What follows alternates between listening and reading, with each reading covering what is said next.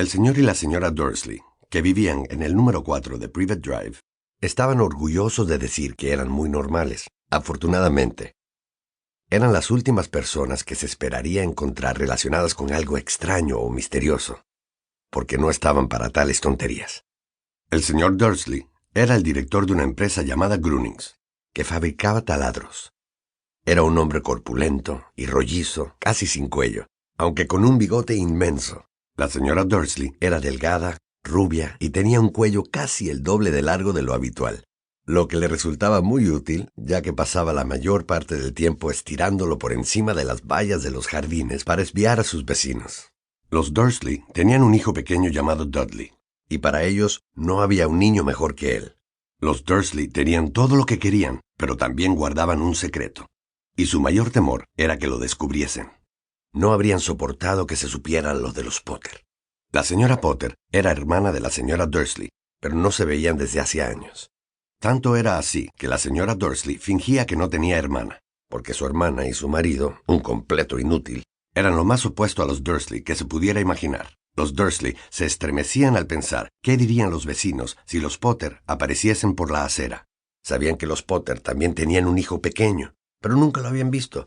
El niño era otra buena razón para mantener alejados a los Potter. No querían que Dudley se juntara con un niño como aquel.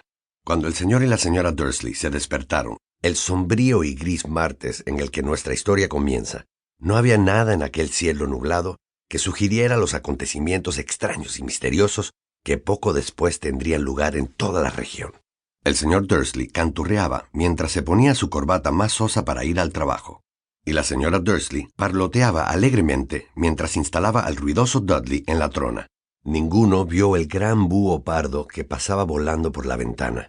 A las 8:30, el señor Dursley cogió su maletín, besó a la señora Dursley en la mejilla y trató de despedirse de Dudley con un beso, aunque no pudo, ya que el niño tenía un berrinche y estaba arrojando los cereales contra las paredes. «Diablito», dijo entre dientes el señor Dursley mientras salía de la casa. Se metió en su auto y se alejó del número 4.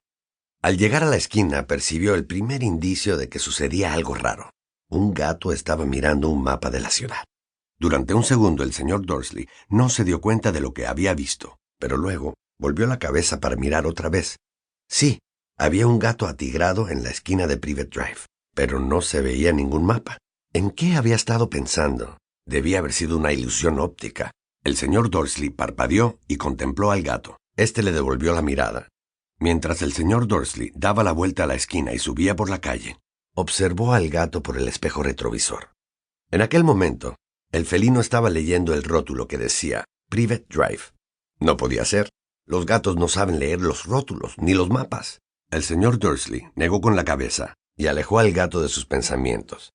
Mientras iba a la ciudad en auto, no pensó más que en un gran pedido de taladros que esperaba conseguir aquel día. Pero en las afueras ocurrió algo que apartó los taladros de su mente. Mientras esperaba en el habitual embotellamiento matutino, no pudo dejar de advertir una gran cantidad de gente vestida de forma extraña. Individuos con capa. El señor Dursley no soportaba a la gente que llevaba ropa ridícula. Los conjuntos que llevaban los jóvenes. Supuso que debía ser una moda nueva. Tamborileó con los dedos sobre el volante y su mirada se posó en unos extraños que estaban cerca de él. Cuchicheaban entre sí, muy excitados. El señor Dursley enfureció al darse cuenta de que dos de los desconocidos no eran jóvenes, si hasta uno era incluso mayor que él, y vestía una capa verde esmeralda. ¡Qué valor! Pero entonces se le ocurrió que debía ser alguna tontería publicitaria. Era evidente que aquella gente hacía una colecta para algo. Sí, tenía que ser eso. El tráfico avanzó, y unos minutos más tarde, el señor Dursley llegó al parqueadero de Grunnings pensando nuevamente en los taladros. El señor Dursley siempre se sentaba de espaldas a la ventana en su oficina del 9º piso.